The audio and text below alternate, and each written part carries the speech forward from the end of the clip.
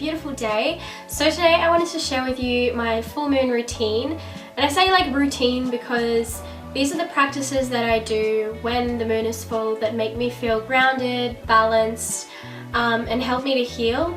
And this does change with each different full moon because each different full moon brings forth a kind of new energy depending on what sign the moon is in. But just as I'm gonna try and keep this as basic as possible because I am planning on doing a big astrology video in the future.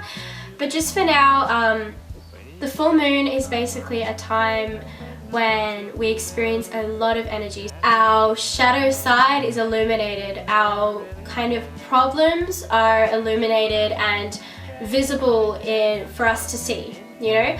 So this is a perfect time to heal. It is a perfect time to work on yourself and to really uncover that shadow side and do some work on that. So unlike the new moon is a time to kind of like create something new. It's for new beginnings, but the full moon is kind of reaping the manifestation that you made during the new moon cycle. I will be making a new moon video as well. So just as a general summary, I like to use the full moon as a time for working on myself, working on my self-development, working on my healing and self-love.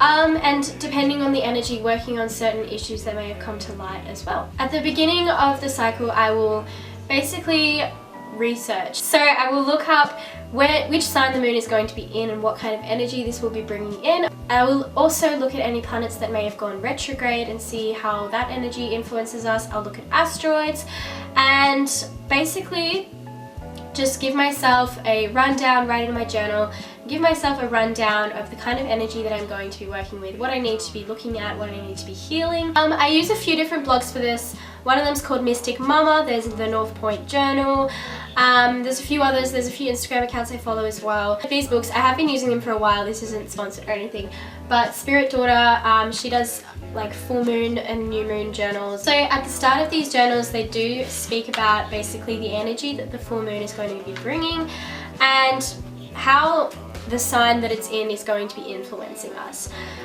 I also look at it from more of a personal perspective, so I research how it's going to affect my personal birth chart. So I normally do that probably on like a few days before the full moon is actually happening, but on the day that the full moon is actually happening I will start to do a lot more works. And there isn't necessarily a set order to any of this, I kind of just do it whenever I feel the need to.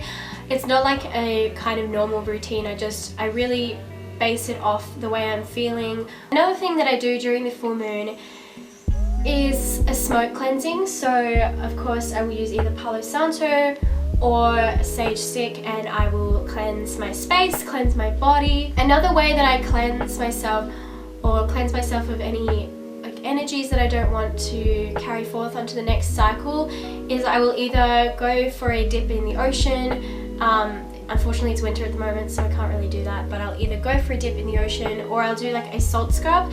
So a salt scrub that I use is like coconut oil, pink salt, lavender oil, lemon oil. But I'll either have a bath with bath salts or I will have a shower and use the scrub to kind of picture and visualize taking all of that low vibrational energy out of my system and down the drain, you know, not carrying that on to the next cycle. I also will cleanse my crystals, so I do that either in salt water or you can cleanse them as well with smoke cleansing.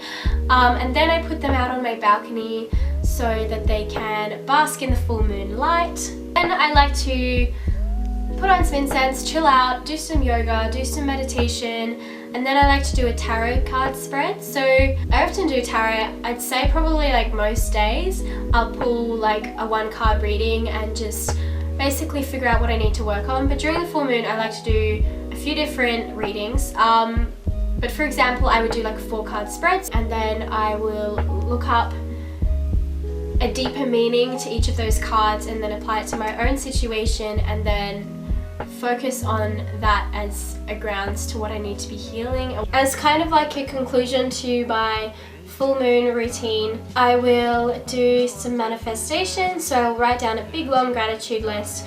I'll also write down, I do like a lot of journal work and a lot of deeper work during the full moon, but I feel like I just wanted to explain to you guys the basics of what I do.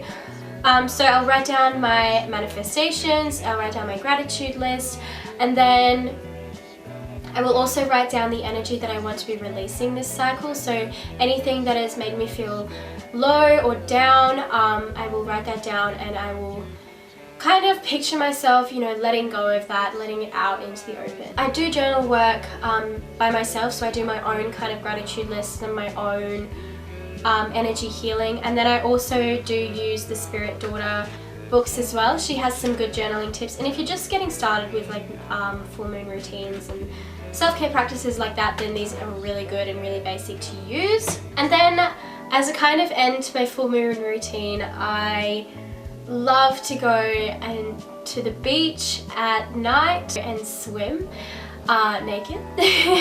However, unfortunately it is winter and I can't really freeze to death, so I do that in summer, and I do that every time the moon is full because it makes me so happy, and you just dance around the beach and you kind of just like yell what you're releasing, and it feels like just such like a, I don't know, like weight off your shoulders. But anyways, I hope you have enjoyed this video. Let me know what you think in the comments below. Let me know any more video suggestions you want me to see, and I hope you all have a beautiful day.